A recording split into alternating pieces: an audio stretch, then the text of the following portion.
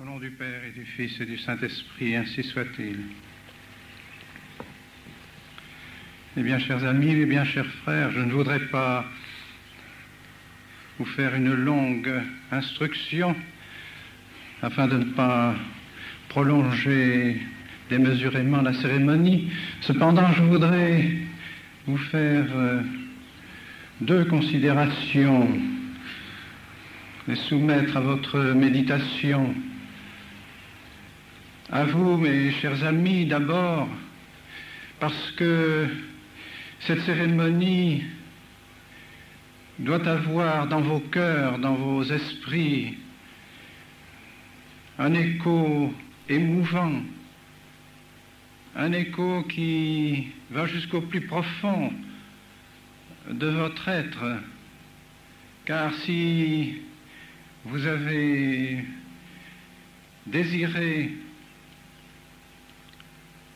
venir dans cette maison, si vous avez souhaité recevoir cette formation sacerdotale, avant tout, c'est parce que vous avez été attiré par notre Seigneur Jésus-Christ, attiré particulièrement par le sacrement de l'Eucharistie, par le saint sacrifice de la messe. Peut-être vous souvenez-vous de messes que vous avez servies dans l'intimité, dans les chapelles privées, dans des oratoires, servant la messe jeune. Je vous prie, mesdames, de bien vouloir rester à vos places, de ne pas déranger la cérémonie.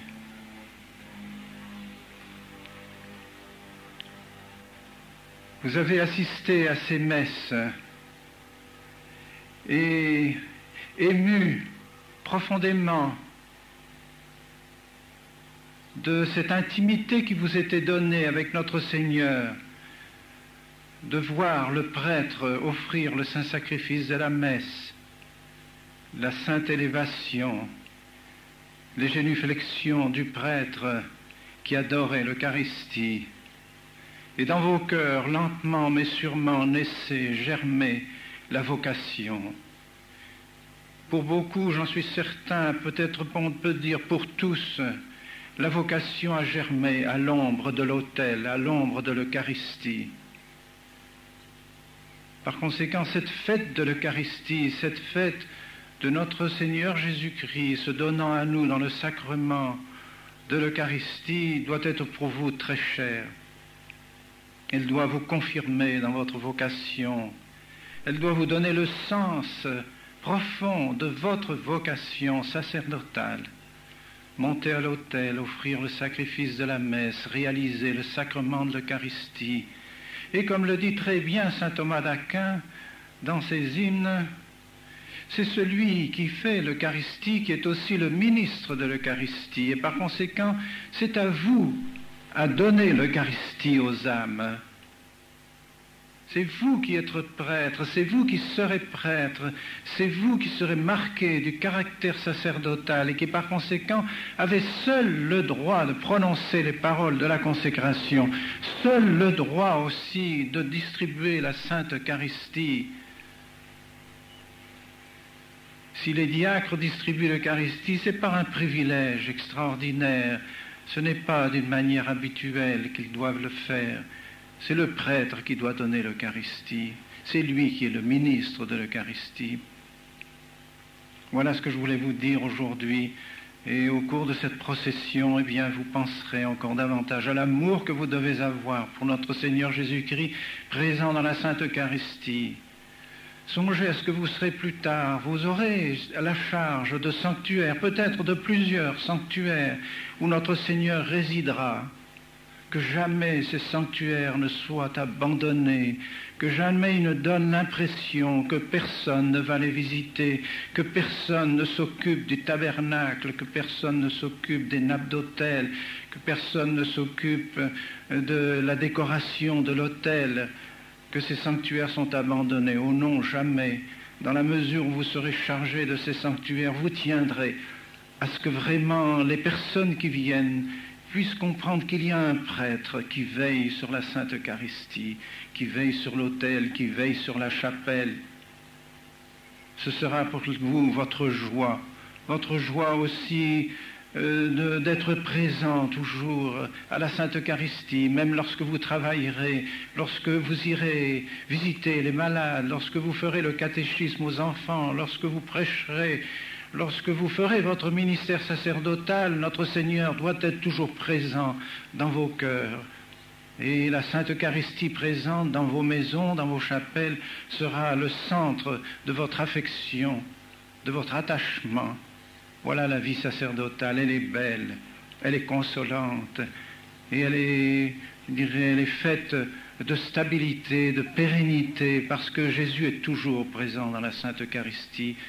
Alors vous devrez toujours aimer Jésus présent dans la Sainte Eucharistie, où qu'il soit. Quant à vous, mes bien chers frères, qui êtes venus ici partager notre joie, notre fête, au cours de cette sainte messe, chantée à la gloire de l'Eucharistie, je vous demanderai d'une manière particulière que ce jour soit un jour de réparation. Un jour de réparation parce que désormais ce ne sont plus seulement les ennemis de l'Eucharistie, ceux qui ne croient pas à la présence réelle, ou ceux qui y croient, mais qui veulent déshonorer notre Seigneur Jésus-Christ, qui, s'ils le pouvaient, piétinerait l'Eucharistie, la foulerait aux pieds, par mépris, par horreur de la pensée que notre Seigneur Jésus-Christ est présent dans la Sainte Eucharistie. Mais malheureusement, ce ne sont plus ceux-là que nous connaissons bien et qui ont existé tout au cours de l'histoire de l'Église. Ce n'est pas d'aujourd'hui que la haine de notre Seigneur Jésus-Christ existe dans son Eucharistie. Mais désormais, ce sont des membres de l'Église, ceux mêmes qui ont été choisis pour honorer l'Eucharistie, qui la déshonorent. Pensez à tous les sacrilèges qui sont faits aujourd'hui, à toutes ces cérémonies qui n'ont plus rien d'une cérémonie digne de notre Seigneur Jésus-Christ, qui sont indignes de celui qui est présent dans l'Eucharistie. Et grâce à Dieu, on peut penser que dans beaucoup de ces cérémonies, notre Seigneur n'est pas présent. C'est ce qu'il faudrait souhaiter. Mais hélas, il est bien vraisemblable que dans bien des cas, notre Seigneur Jésus-Christ est présent dans l'Eucharistie et que l'on le traite d'une manière absolument indigne, odieuse, sacrilège. Alors nous devons aujourd'hui réparer et dire nous avons la foi dans la présence de notre Seigneur Jésus-Christ, en son corps et en son sang, dans la Sainte Eucharistie, comme nous venons de le chanter dans le Laudations, exprimé d'une manière si belle, si profonde, si émouvante par saint Thomas d'Aquin. Oui, nous croyons que notre Seigneur est dans l'Eucharistie, qu'il est dans toutes les parcelles, dans la moindre des parcelles de l'Eucharistie. Nous croyons que notre Seigneur Jésus-Christ est présent et qu'il y est avec son corps, avec son sang, son âme, sa divinité, dans toute sa gloire. Nous le croyons profondément. Et c'est pourquoi tout à l'heure, au cours de la procession, vous vous agenouillerez devant la Sainte Eucharistie. Vous prierez notre Seigneur présent, notre Roi, notre Maître, notre Pastorem et Ducem, comme dit saint Thomas, le pasteur et notre chef, celui qui nous conduit, celui qui a créé toutes les merveilles dont nous sommes entourés ici. C'est lui qui est le Créateur, perquem omnia facta sunt, par qui tout a été fait. Il est là, dans la Sainte Eucharistie. Aurions-nous vraiment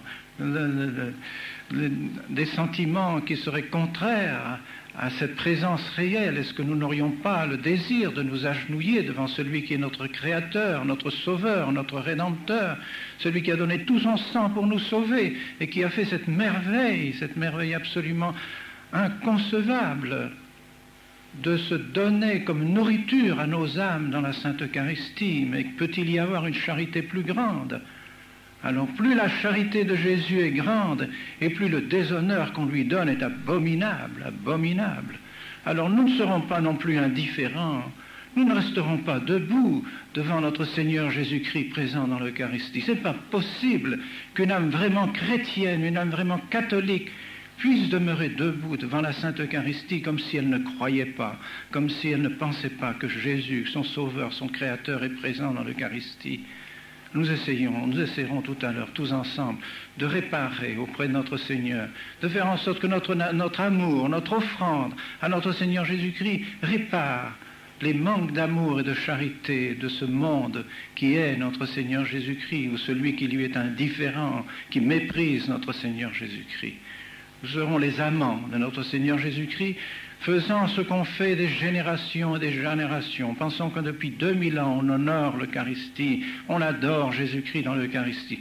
Nous serons fidèles à cette tradition qui veut qu'on honore notre Seigneur Jésus-Christ comme notre Dieu dans la Sainte Eucharistie, de Dieu présent dans la Sainte Eucharistie. Voilà ce que nous ferons tout à l'heure de tout notre cœur.